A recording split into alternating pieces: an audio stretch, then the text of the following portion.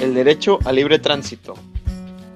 La Constitución de 1857 fue la primera en establecer el derecho al libre tránsito con la siguiente redacción. Todo hombre tiene derecho para entrar y salir de la República, viajar por el territorio y mudar de residencia sin necesidad de carta de seguridad, pasaporte, salvoconducto u otro requisito semejante.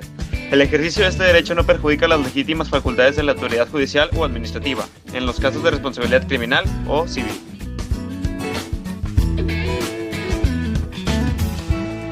Por su parte, en la Constitución de 1917, en su artículo 11 se planteó este derecho de la siguiente manera.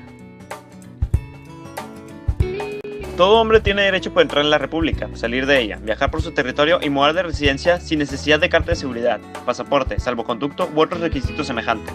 El ejercicio de este derecho está subordinado a las facultades de la autoridad judicial, en los casos de responsabilidad criminal o civil, y a las de la autoridad administrativa, por lo que toca a las limitaciones que impongan las leyes sobre inmigración y la salubridad general de la República o sobre extranjeros perniciosos residentes en el país. La última modificación de este artículo fue en junio del 2011, en el que le agregaron: en caso de persecución, por motivos de orden político, toda persona tiene derecho de solicitar asilo. Por causas de carácter humanitario se recibirá refugio. La ley regulará sus procedencias y excepciones. Por otro lado, hablando de la Declaración Universal de los Derechos Humanos, su artículo 13 dicta que toda persona tiene derecho a circular libremente y elegir su residencia en el territorio de un estado, y dicta que toda persona tiene derecho a salir de cualquier país, incluso del propio, y a regresar a su país. Hablando de la Declaración de los Derechos Humanos, el artículo 13 hace una clara referencia hacia la migración, caso que veremos un poco más adelante. Tanto el artículo 11 de nuestra Constitución como el artículo 13 de la Declaración Universal de los Derechos Humanos hablan de la libertad que tiene uno como ciudadano de un país o un estado de moverse libremente dentro de él sin necesidad de alguna identificación como pasaporte, visa, etc. Esto habla un poco de la inmigración y la inmigración, caso que veremos a continuación. Impacto del movimiento migratorio hacia las ciudades en el consumo de energía. Las ciudades desempeñan un papel central en el proceso de desarrollo. Son, en general, lugares productivos que hacen un aporte importante al crecimiento económico de la nación. Sin embargo, el proceso de crecimiento urbano acarrea a menudo un deterioro de las condiciones ambientales. Como lugar de crecimiento demográfico, actividad comercial e industrial, las ciudades concentran el uso de energía y recursos y la generación de desperdicios al punto en que los sistemas, tanto artificiales como naturales, se sobrecargan y las capacidades para manejarlos se ven abrumadas. Esta situación es empeorada por el rápido crecimiento demográfico.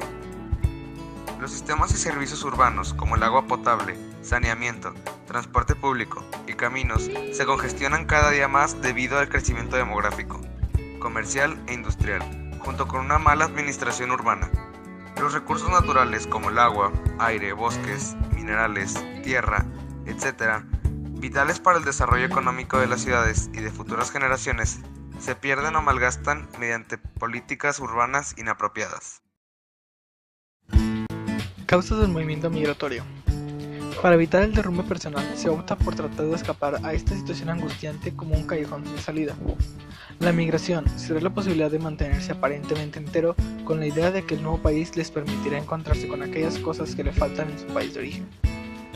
De esta forma, sus temores serán negados, no tomarán conciencia plena de su situación, lo cual le impedirá revertir el proceso y quedará condenado a una falsa integración conformista que le imposibilita encontrar con alternativas para mejorar su vida, de tal modo que la migración resulte innecesaria.